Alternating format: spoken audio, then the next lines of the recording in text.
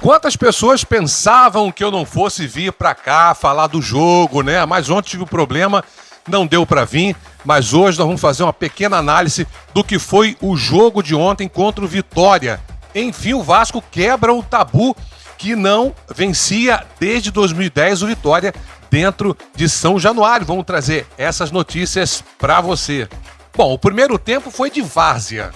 Você vai concordar comigo. Tanto Vasco quanto Vitória. O primeiro tempo foi um time de... Parecia que era time de várzea jogando, time da Série B jogando, né? Então o primeiro tempo foi um primeiro tempo horroroso das duas equipes, né? A gente viu um Vasco no meio de campo para frente, horrível, uma defesa que tinha que sair mais. Então, um primeiro tempo de várzea para mim. O Vasco não jogou absolutamente nada no primeiro tempo. Porém, no segundo tempo, houve umas mexidas, tiraram o Rossi, né? Rossi não vem jogando nada. Ô Rossi, a gente agradece pelo que você já fez pelo Vasco, mas você não vem jogando nada, né? Entrou o Adson, que deu uma mobilidade melhor ali na frente, né? E o Payet, com o seu talento, deixou aí florescer esse talento em um cruzamento de córner, que ele acerta a cabeça do Michael, e depois um outro cruzamento maravilhoso para a área, em que o Verratti, Verratti é o seguinte, Verratti tem que jogar na área e tem que colocar a bola para ele. Colocou a bola nele, ele faz o gol de qualquer maneira. Você viu aquele gol que ele fez, o segundo gol?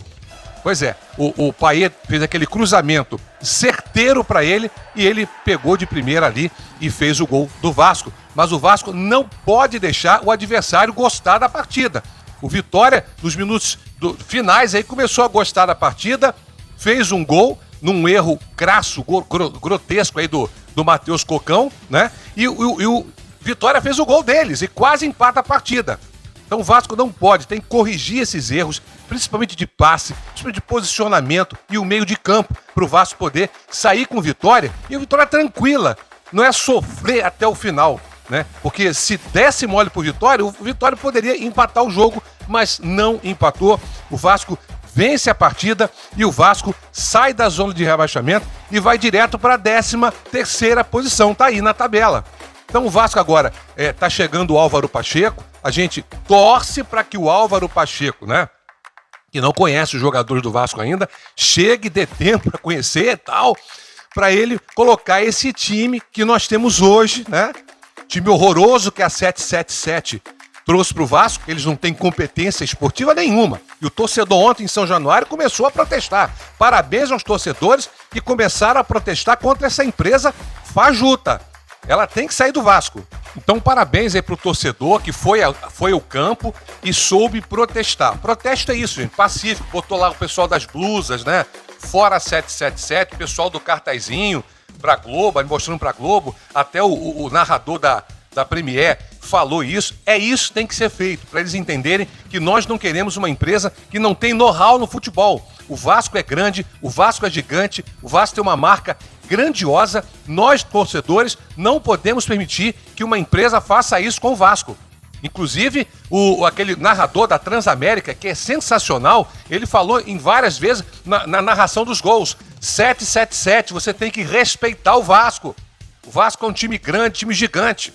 Então o torcedor fez corretamente, mas Vasco venceu o Vitória, quebrando um tabu desde 2010, e o Vasco vai para a 13ª posição. Próxima partida, sábado que vem, se houver, né, rodada do Campeonato Brasileiro, que está nesse imbróglio aí, se para, se não para, a CBF está pensando só em dinheiro, né, e lá no Rio Grande do Sul está voltando as chuvas, voltando as enchentes, e a gente tem que pensar um pouco no ser humano, né, gente? Deixar o materialismo de lado, e não é CBF. Né, CBF? O Vasco já aceitou parar. Fluminense, Botafogo, Flamengo não. Mas o restante dos times aceitaram parar. Né? Tá lá o Grêmio, tá lá o Juventude, tá lá o Internacional parado, que não tem campo, não tem nada. Tem que pensar nisso.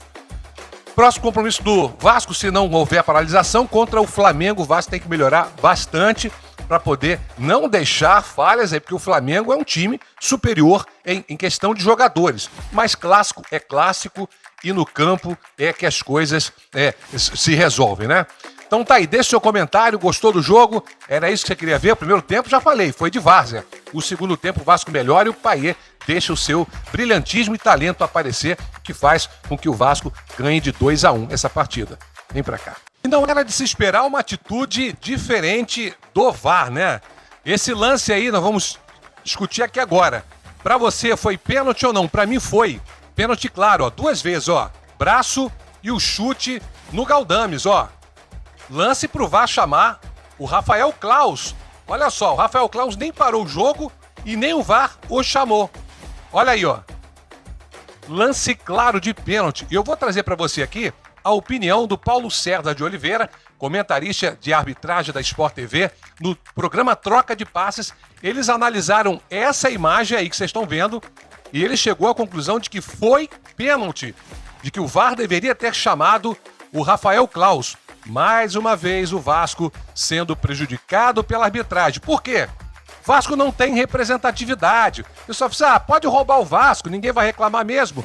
Lúcio Barbosa é um furou chamador, né? Então, o Vasco não tem representatividade. Por isso, não se há esse respeito ao Vasco da Gama. Quantos outros erros, né, ou já houveram pro Vasco? Esse aí é um erro crasso, né?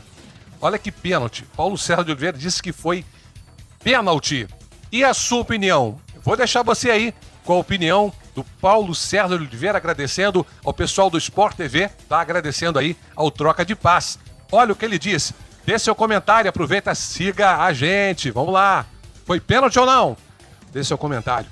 Vale a nossa análise, né, que é nesse ataque do Vasco, após a bola chutada, chamar atenção para a ação do Reinaldo na disputa com o Galdames, né? Ele vira claramente para tentar chutar a bola, o Galdames chega primeiro, cabeceia a bola, e ele tem essa ação do chute, que olha só, atinge claramente o jogador do Vasco, de maneira imprudente. Esse não é um toque acidental. A bola bateu ali no ombro dele, é bem no limite. Mas se a gente puder dar uma paradinha para ver o ponto de contato da bola, a gente puder voltar um pouquinho para analisar. O replay fica melhor, né? Mais próximo. Replay, aí, isso, e nesse fechado. Porque ele teve um pedido de pênalti, mas a bola bateu no ombro dele, é bem no limite. Se a gente puder voltar um pouquinho, na hora do contato, um pouquinho antes, aí.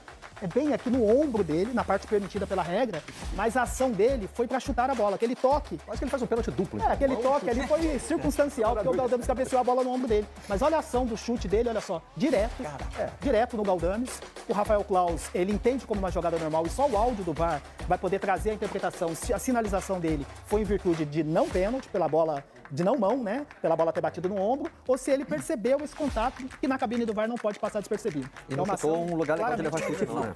A questão da imprudência que, de acordo com a regra, é quando o jogador não tem a atenção, não tem o cuidado, não tem a precaução ao disputar a bola, porque a ação dele foi claramente para chutar, ele foi surpreendido com a chegada do Galdames, até tentou recolher a perna, mas ele só recolheu depois do impacto. E um impacto forte ali no Galdames, pênalti claro, e no campo de jogo, pelo posicionamento do Claus, talvez encoberto, não tenha percebido esse contato, mas o VAR, com base nessa imagem, só teria que ter recomendado a revisão. Para cartão não, né? Era para chamar só para pênalti. Eu acho que está no campo da imprudência. Apesar dessa ação dele, como é tentando visar, tentando chutar a bola, eu acho que a marcação do pênalti, ele está tentando disputar a bola, acho que só a marcação do pênalti ficaria de bom tamanho ali, mas o pênalti tinha que ter sido marcado.